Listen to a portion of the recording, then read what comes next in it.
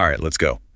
We're your hosts, coming to you straight from Google's Notebook LM, ready to unwrap your 2024 Spotify Wrapped. Buckle up, because we're about to uncover 39,859 minutes of music.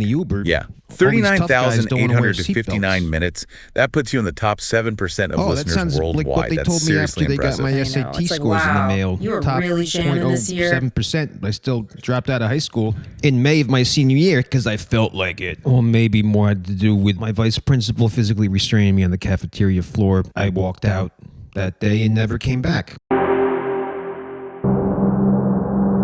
Wow, you were really jamming this year. For sure.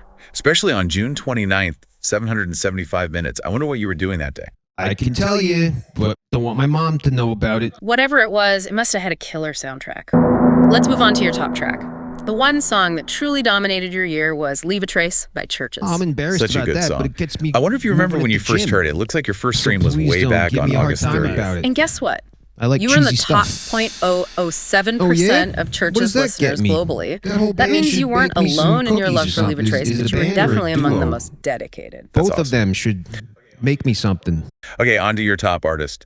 The artist that filled your headphones most often was Filled my Tornhawk. headphones? What kind of phrase is that? Truly dominated your year. That filled your headphones most often. Truly dominated your year. That filled your headphones most often. Truly dominated your year. That filled your headphones most often. Truly dominated your year. That filled your headphones most often. Truly dominated your year. Filled your headphones most often. Truly dominated your year. The artist that filled your headphones most often was Tornhawk. 698 plays across 82 days. Tornhawk was clearly your go-to. And guess what? I don't want to know, but I bet you're going to tell me anyway, because you're the guy that's filling and dominating. You're not asking for permission at all. I didn't ask for any of this info.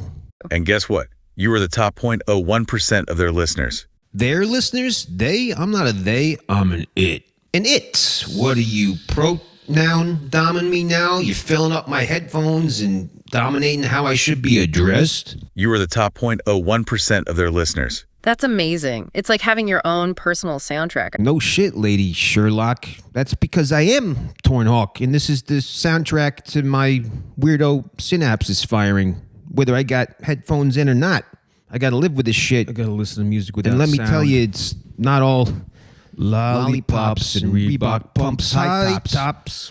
The music of my mind can get a little old. Not to say that I'm casually cruising for a lobotomy, Rose Kennedy, but I'm thinking about it as a joke. It's like having your own personal soundtrack. I feel like Tornhawk's music really creates a whole vibe, you know? Yeah, definitely. I was just reading that he's really into pop culture and cinema. Oh, yeah. He grew up in Charlotte, Virginia. Wrong. Incorrect. Charlottesville, motherfucker. Charlottesville. Oh, yeah. He grew up in Charlotte, Virginia, where his stepmother had an independent movie theater. Yeah, it was called Vinegar Hill. I was just down there visiting her. She also wrote a memoir about her time, about her life with movies. It's called I Gave It Away. Check it out. She's got a radio show on WTJU, the UVA station, mostly jazz, but some movie soundtracks. She knows a lot about that and enjoys talking to Jack Callahan about music. It was her 80th birthday 2 days ago, and the party went pretty well until I called some of the guests retards because they said Kamala lost because America will not elect a female president. Also, I deep fried the tofu ahead of time. You know, I cooked the dinner. I was enlisted to do this and happily offered myself up. And though I mixed in the tofu with everything else later before I plated it, it wasn't warm enough. And when everyone protested, you know, after I was like, this sucks, everybody's like, no, we love it. It's great. I said, lying to me makes it worse. And I actually considered calling them retards again.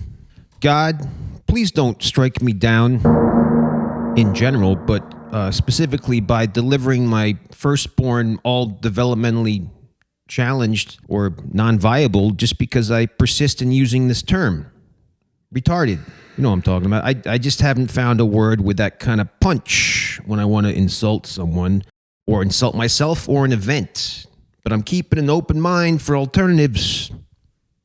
That should be good enough. Where his stepmother had an independent movie theater. I wonder if that had an impact on his sound. I can totally see how those influences would shape his music and art. Totally. All right, speaking of shaping, let's take a trip down memory lane and see how your taste evolved throughout the year. Let's rewind all the way back to February. This is where things get really interesting.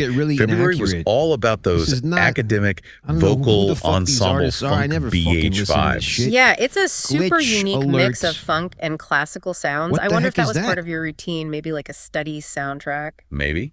You were definitely grooving to DJ Fusca, Mick the Rest de Sarah, and DJ Aguilar that month. And then August rolls around. Things take a turn. It looks like you dove headfirst into pearly noise shoegaze. Yeah, you heard that right. He said pearly noise shoegaze. It's like stepping into a whole other dimension. The energy is totally different, right? Raw, atmospheric, dreamy.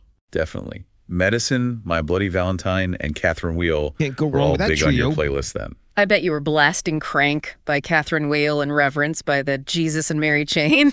I bet you were blasting. I bet you were blasting. I bet you were blasting. I bet you were blasting. I bet you were blasting. I bet you were blasting Crank by Catherine Wheel and Reverence by the Jesus and Mary Chain. Chain. Some people think that AI shackles is a new kind of chain. I think it's an opportunity. These people have come up with some silly stuff. I'm not scared. I'm the opposite. And then October arrives, and we see yet another shift in your musical landscape. This is where the goth metropolis synth pop comes in. That's right. It's like a whole different energy again. This time, it's all about Corrine, Mint Julep, and more churches. Just for Today by Mint Julep and Forevermore by Corrine.